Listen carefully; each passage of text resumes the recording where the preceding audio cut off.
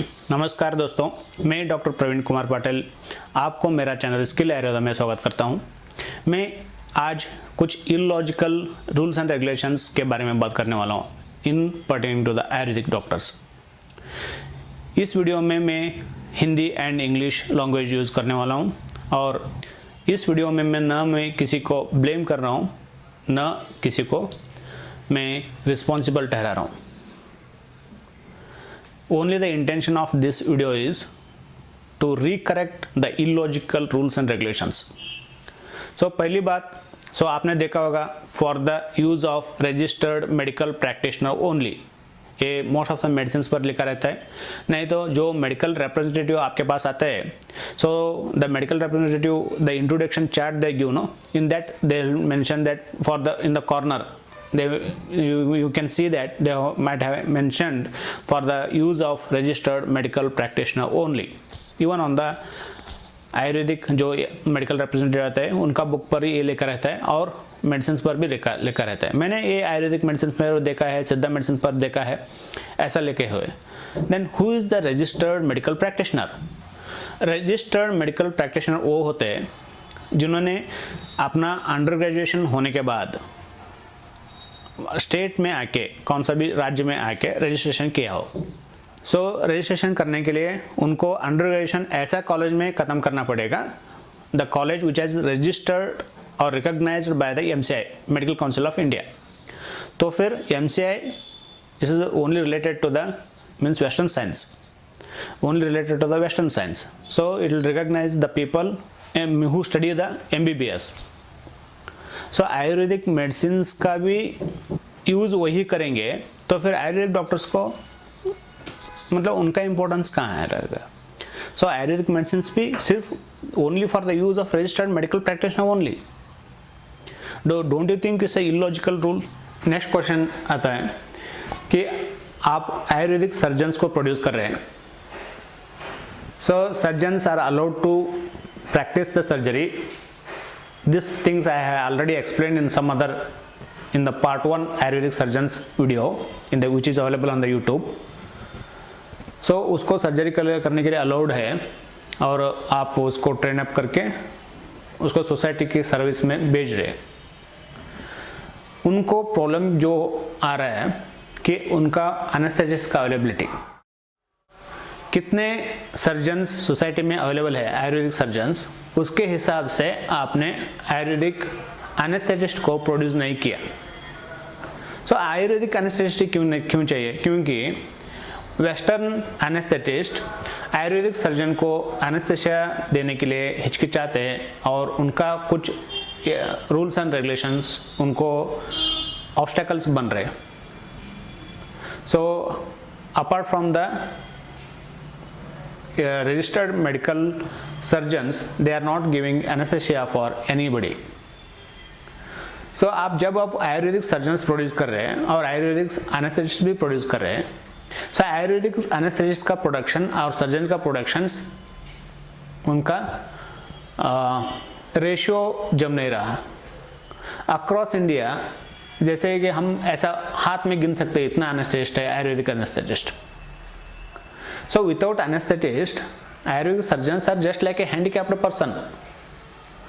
वो सीखता है, सब कुछ आता है, लेकिन कर नहीं पाता, because he has without anesthesia we can't perform the surgery.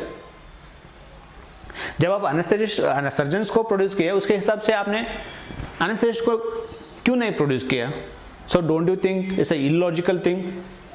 Next point मेरा ये है कि एक स्पष्टीकरण चाहिए हमको कि अपग्रेडेशन हम अडॉप्ट कर सकते हैं या नहीं कर सकते। जैसे मैंने प्रीवियस पॉइंट में बोला कि the using of the western using of parental administration of the Ayurvedic medicines is got banned in the year of 1983, saying that this method of administration of drug, this route of drug administration is not explained in the classics, so it's got banned. जो classics में बोला गया है उतना ही करना, ऐसा से indirect message we are getting. अगर ऐसा है, Sushruta has explained a cataract surgery in detail, अगर एक Ayurvedic eye surgeon cataract surgery करना चाहता है तो उसी मेथड में यूज़ करना है क्या? सो उसको आजकल कोचिंग मेथड बोलते हैं. It's a very unfortunate that उसको सुश्रुता मेथड नहीं बोलते, उसको कोचिंग मेथड बोलते हैं, विच वॉज प्रैक्टिसिंग बिफोर 1970. सो 1970 से पहले सभी वही मेथड से कैटरेक्ट सर्जरी करते थे. उसके बाद SRCS आ गया और फैकोएमल्सिफिकेशन आ गए. सो अभी अपग्रेडेशन आ गया. सो अगर आयुर्वेदिक सर्जन उसी मेथड से, कोचिंग मेथड से, I can say Sushruta method, तो सुश्रुता मेथड से कैटरेक्ट का सर्जरी किए, so don't it become a questionable in the consumer court? So because the patient is not aware what is the upgraded method, which is the old method, so ये हमारा responsible रहता है, हमारा responsibility रहता है कि हम अपग्रेडेशन हो. so क्या हम वेस्टर्न मेथड्स नहीं यूज़ करेंगे तो फिर ये क्वेश्चनेबल नहीं होगा कोर्ट में, कंज्यूमर कोर्ट में क्वेश्चनेबल नहीं होगा. so don't you think it's a illogical thinking saying that the upgradation or western method, what are upgraded nowadays in the surgical field, you suppose not to upgrade yourself as being a ayurvedic surgeon? It's become a illogical thing to saying like this. next point ये है कि आयुर्वेद वालों को syllabus frame करता है, that is CCM, central council of Indian medicine. इसका website, official website में जाके आप सिलेबस देख सकते हैं. मैं एक पॉइंट को लेके बात करूंगा. उसमें जनरल सर्जरी, शल्य तंत्र सिलेबस में आपको प्रैक्टिकल के लिए किस किस के लिए वो स्टूडेंट को ट्रेन अप करना है. सो प्रैक्टिकल में दिया गया है, एक पॉइंट में लेता हूँ. So you have to train the students for intramuscular, intravenous, subcutaneous and intradermal injection method. So Ayurveda में जो इंजेक्शंस थे उसको 1983 जैसे मेरे को इन्फॉर्मेशन है. सो 1983 ड्रग्स एंड कॉस्मेटिक एक्ट में 1983 में उसको एक अमेंडमेंट लेके आके उसको बैन किए. जो भी आयुर्वेद में इंजेक्शंस थे, पेरेंटल रूट्स का जो एडमिनिस्ट्रेशन था उसको बैन किया गया. इसके बारे में अलग से और एक वीडियो में बात करूंगा इन डिटेल.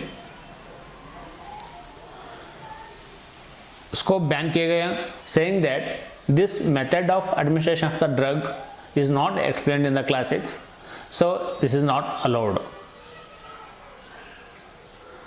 so उसको आयुर्वेद में इंजेक्शन ही नहीं है तो स्टूडेंट्स को कैसे ट्रेन अप करना? अगर वेस्टर्न मेडिसिन आप यूज करेंगे, so apart from nearly about 14 states in India, so in the rest of the states it's not allowed to use any western medicines by the ayurvedic person. अगर आप train up करेंगे with western medicine तो इन सच states you R A गुनहगार. आप गुनहगार हो गए तो स्टेट के गवर्नमेंट के नज़र में. अगर आपने नहीं किया तो आप गुनहगार होंगे CCM के नज़र में, बिकॉज CCM ने जो आपको सिखाने के लिए बोला गया है तो आप नहीं सिखा रहे. गुनहगार होना ये मजबूरी है, हो गया आजकल आयुर्वेदिक सर्जन के लिए. ये कुछ स्टेट्स में गुनहगार होना मजबूरी है. Don't you think it's a illogical rules? There is no any proper coordination between the syllabus framed and states regulations.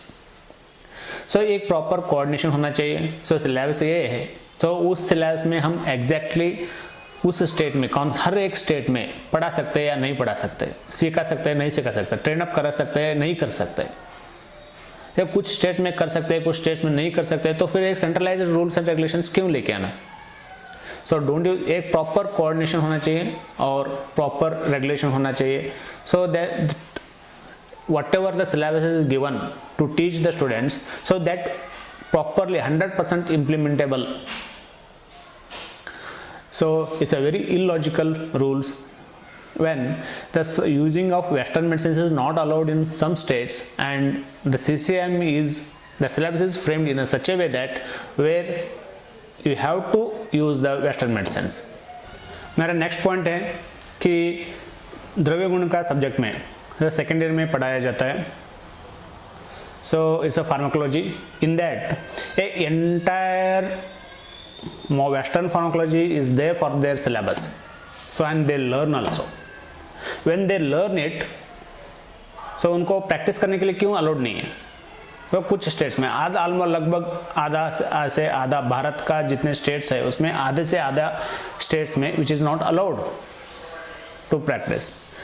सो ऐसा आपका सेंट्रल का रूल्स एंड रेगुलेशंस और हेल्थ का rules and regulations they are not matching each other, then what is the logic behind this? So it should match. ऐसा बहुत सारे points है, मैं सिर्फ 4 से 5 पॉइंट्स कवर करने वाला हूँ. सो आयुर्वेद में ब्लंट इंस्ट्रूमेंट्स, शार्प इंस्ट्रूमेंट्स बोला गया है, and nowadays we are not getting those designs in the instruments. So we are getting the surgical instruments which are designed as per the western science. So उन्होंने invention किया है. So उसको ऐसे instruments को use करना क्या modern practice हो जाएगा, वेस्टर्न प्रैक्टिस हो जाएगा? वेस्टर्न मेडिसिन को यूज़ मतलब आप हर्बल मेडिसिन यूज़ किए तो Ayurvedic practice, chemical medicine use किए तो वेस्टर्न प्रैक्टिस हो जाएगा. So whether this is only the medicine which is deciding whether this is Ayurvedic practice or Western practice, yeah, concept behind the medicine, how you understand the disease, how you understand the pathogenesis, etiopathogenesis. So there actually there is a difference in the science, not only in the medicines, not only in the equipments. So equipments use करने से वो कोई जो person Ayurveda सीखा भी नहीं वो herbal medicine use किया तो उसको आयुर्वेदिक ट्रीटमेंट हो जाएगा. सो आयुर्वेदा बोले तो इतना ही है. सो ये केमिकल हम यूज करने से क्या है वो वेस्टर्न प्रैक्टिस हो जाएगा. सो समय की मांग है कि प्रॉपर रूल्स एंड रेगुलेशंस लेके आए और integration is the need of time. Integration is the need of time है. आयुर्वेद वालों का, वेस्टर्न वालों का जो साम्यता नहीं है, आयुर्वेद से कोई वेस्टर्न मेडिसिन साम्यता नहीं कर सकता, जो वेस्टर्न मेडिसिन से आयुर्वेदिक साम्यता नहीं कर सकता. So each one has its own importance.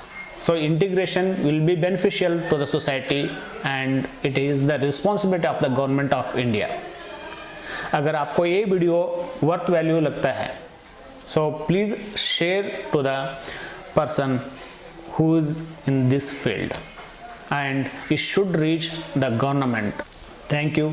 Thanks for watching my video. Thank you one and all.